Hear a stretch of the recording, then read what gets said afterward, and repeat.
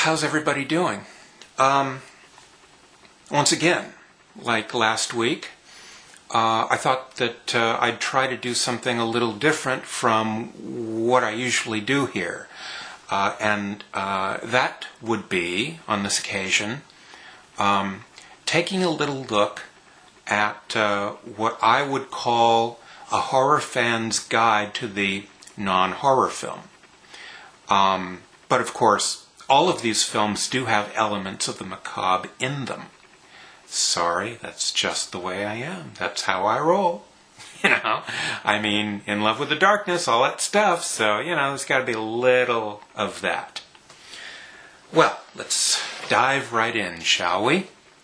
Well, the first film is a longtime favorite of mine.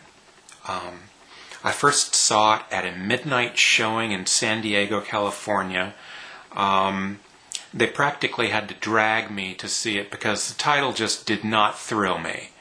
But I was very, very happy that I was compelled to see this film. I've seen it many times since. And, well, there are only 3 words to describe it, and that would be Harold and Maude.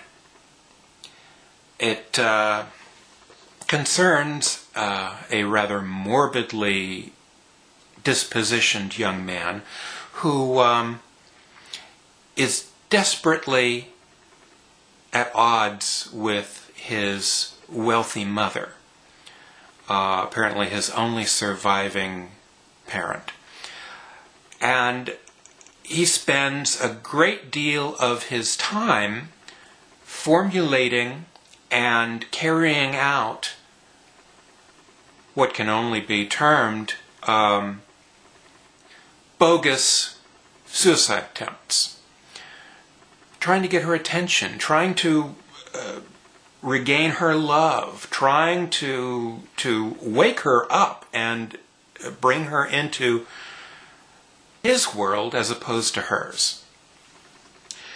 So that's basically the premise, and there are all sorts of curious and wonderful things that go on throughout the movie as a whole.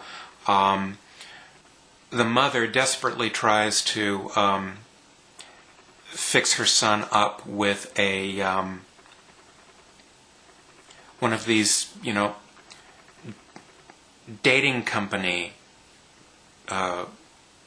people, somebody to presumably move towards marriage with. And he rejects that utterly and puts his own particular and very distinctive stamp on the way that he rejects it.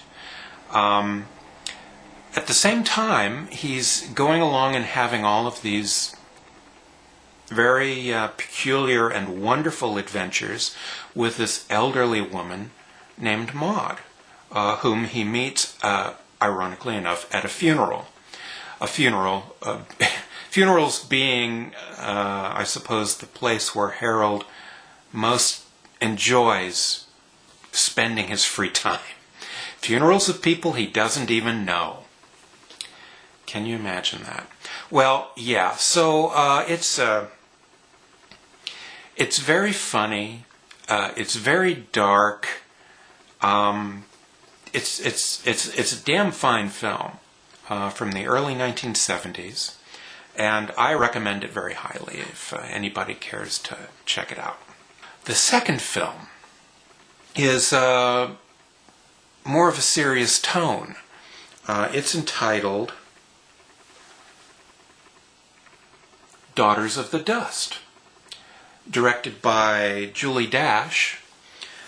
It primarily concerns the dynamics within a family which lives out on the Gullah Islands, and it is a family that is torn because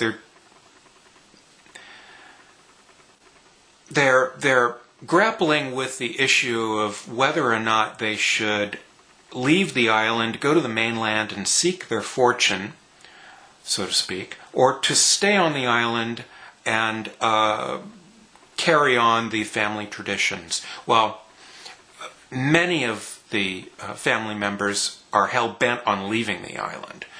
And basically the film details the process through which they attempt to say goodbye to that old way of life. However, the living are haunted by the spirits of the dead.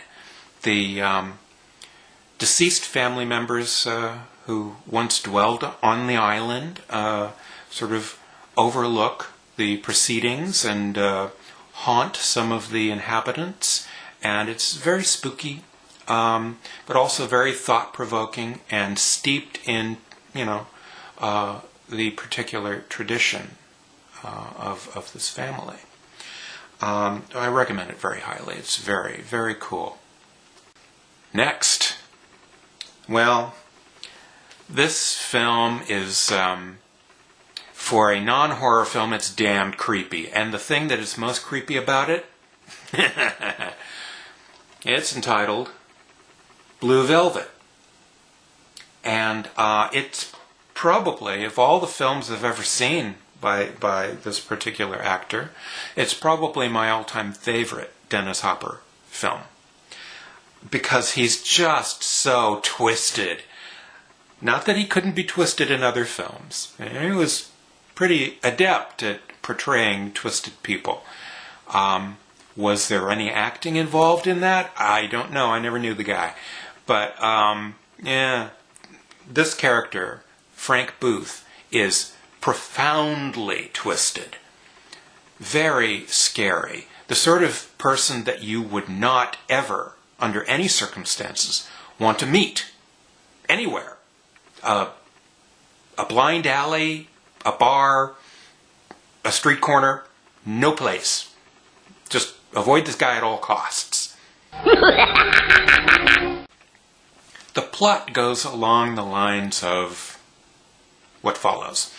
A young man is summoned back home to the small town where he grew up because his father has suffered a stroke. And the father has a business, a hardware store, which the young man oversees the running of.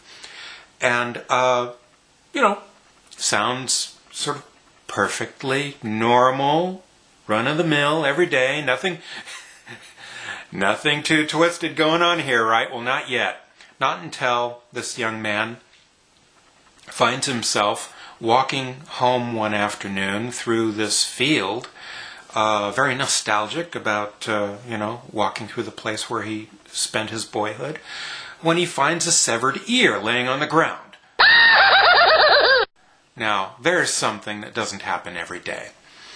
He, informs the local authorities of this, and the local authorities take the ear and set about the massive machinery of the investigation as to what is going on.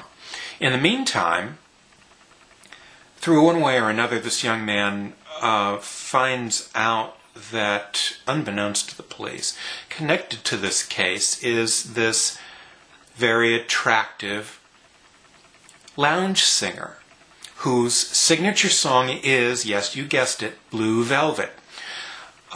Isabella Rossellini portrays this lounge singer, and I will say it is my opinion that as a lounge singer she gets by a lot more on her looks than on her singing. Nonetheless, people in droves come into this place and watch her act twice a night, listening to her sing all these little lounge ditties.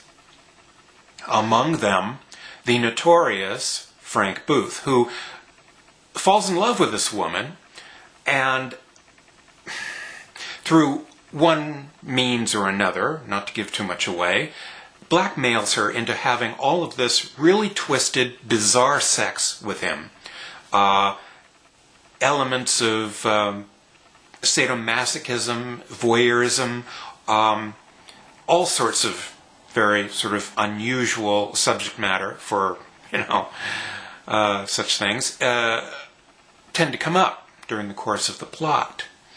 And, well, to say any more would be telling too much.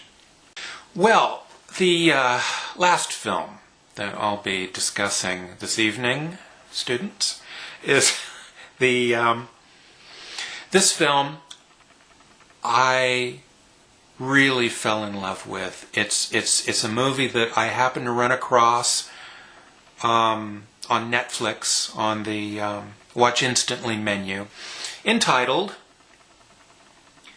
Gypsy 83.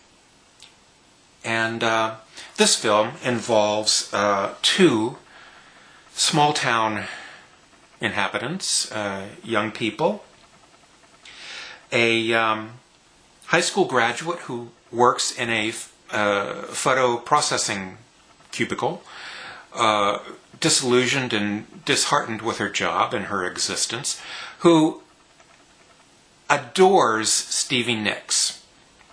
And her best friend in life, a gay goth fellow, still in high school, who does all of her costuming and her makeup. And these two are just great. They're two people that I wish I knew, you know, growing up or even now, you know. Living in a small town as I do, just, you know, it's always wonderful to encounter people who have personalities so large. But anyway, a contest is taking place in New York City. Apparently some sort of annual contest, Night of 1,000 Stevies, and it has to do with all of these Stevie Nicks impersonators coming to the Big Apple and doing their act and seeing who can out Stevie everybody. Now, interesting thing about this film, I am familiar with the director. I'd actually seen the first film that he had written, started to direct, and then someone else had to finish, had some personal issues. Wasn't quite ready, I suppose. But in any case, he comes back and really knocks this one out of the park, not to use sports analogies, but wrote and directed this film. And he wrote it as a love letter to Stevie Nicks, because the guy is a massive Stevie Nicks fan. But as you know, so many entertainers such as Bette Midler and Cher, Barbra Streisand, they have some severely passionate and devoted admirers in the gay community, and this fellow is one of them. Well, he had intended to use a lot more Stevie Nicks music in this film, and not to cast any aspersions on Miss Nicks, because I'm sure she probably knew nothing of this. But the director was negotiating with her people, and all the lights were green up to a certain point, and